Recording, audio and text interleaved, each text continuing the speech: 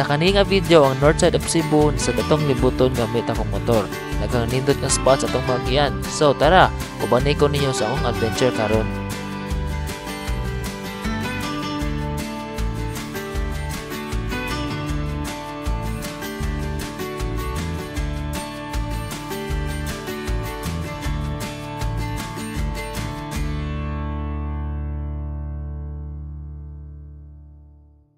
Currently 4:40 in the morning and nagpagas na ko daan kay atong biyahe karon padulong sa norte. Excited ako sa mga lugar nga atong magian. Tara, uban ta.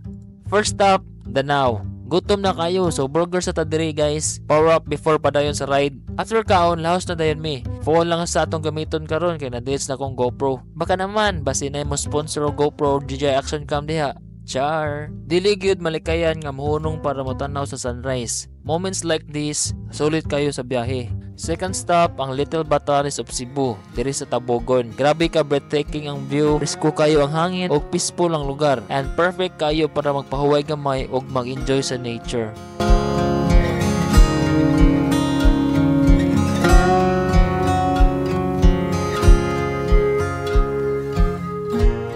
Unahan na gamay sa Little Batanes of Cebu, nakakita mi og naninda og watermelon. Sakto kayo, init ang biya, perfect ni pang pabugnaw. Paghuman sa Tabogon, naabot na gyud ta sa Bogo City. Ang plan di ay ani guys, libuton na to ang tibuok norte. Gikan sa Bogo City, magpadayon ta sa Danbantayan ug after ana tuyokon padong Tuburan. Diri dapita, molaos ta og mag-agi ta sa famous nga daan, the Isle of Midrillen.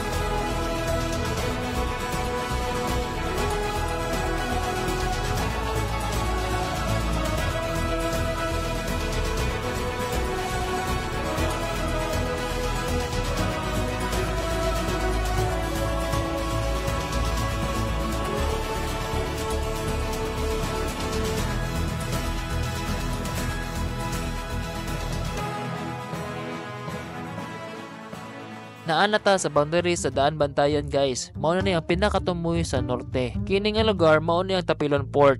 Kini nga port ang access point kung gusto ka mag-cross sa Bantayan Island. Napod ko yung nakita nga mga bata nangaligo diri o gitawag ta sa vlogger. Feeling famous di ay. Na mahuway may diri sa Dagat Beach Camp. Diri sad mi natulog para recharge sa sunod nga biyahe. Super relaxing and vibes and pinakanindot yun kay walay saba, walay video kay. Hilom kayo, perfect pang chill. Gikan sa Dagat Beach, nisuroy sad mi sa Bamboo Forest. Then straight mi sa San Remigio, mao din ang pinakataas nga shoreline sa Cebu.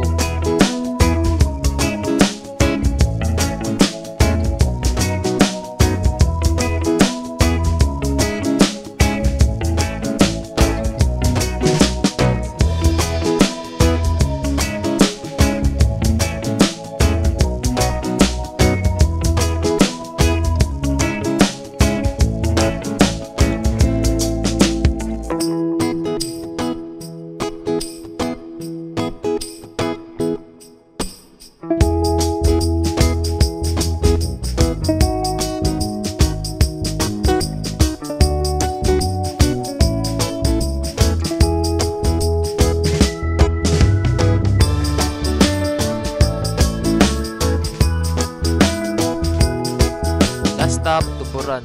Private nga beach pero gipasulod rami. Salamat kayo sa tagiya. Chill kayo ang vibes, perfect spot para magtanaw sa sunset. Diri na mi mag-end sa vlog kay lobat na kayo akong mga gamit. Salamat sa pag-uban. Kita-kit sa sunod nga adventure.